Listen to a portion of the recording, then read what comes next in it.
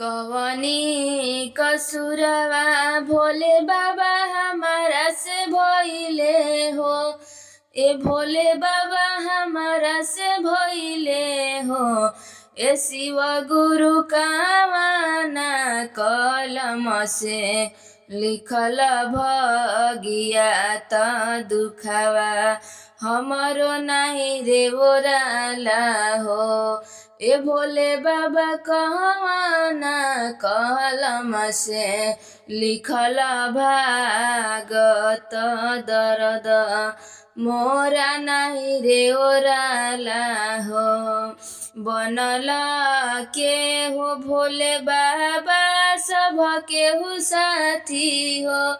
किए हो शिव सब केहू साथी हो। किए हो भोले बाबा दुखावा में केहू ना सहारावा तो दुखावा हमारो नहीं रे ओराला हो। ए भोले बाबा दुखावा में केहू ना सहारा तो दुखावा हमारो नहीं रे ओराला हो। के करा से कहीं आपन दुखवा विपतिया हो। के करा से कहीं आपन दुखवा विपतिया हो। ए भोले बाबा दुखवा विपतिया हो।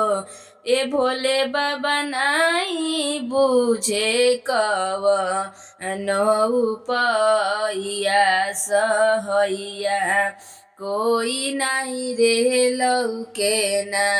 ए भोले बाबा नहीं लौके कव नौपैया सहैया मोरा नहीं रे लौके ना।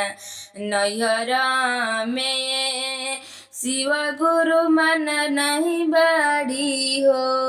नैहर में शिव गुरु माता नहीं बाड़ी हो।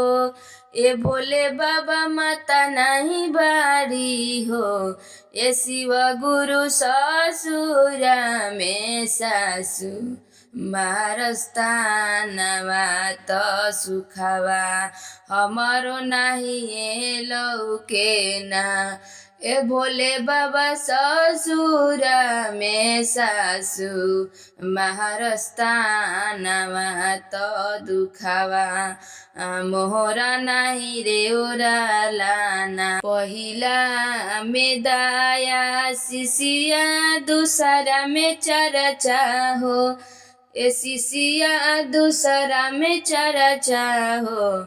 ए शिशिया नम शिवाय से बन जाई बिगड़ल कामवा तो दुखावा सबके खत्म हो जाई हे हो। ए शिशिया नम शिवाय से बन जाई बिगड़ल कामवा तो दुखावा हमारो खत्म हो जाई हे हो।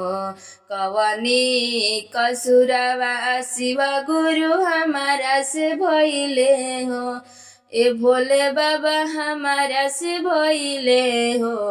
ए शिव गुरु कवन कलम से लिखल भागत दुखावा मोर खत्म हो गईले हो।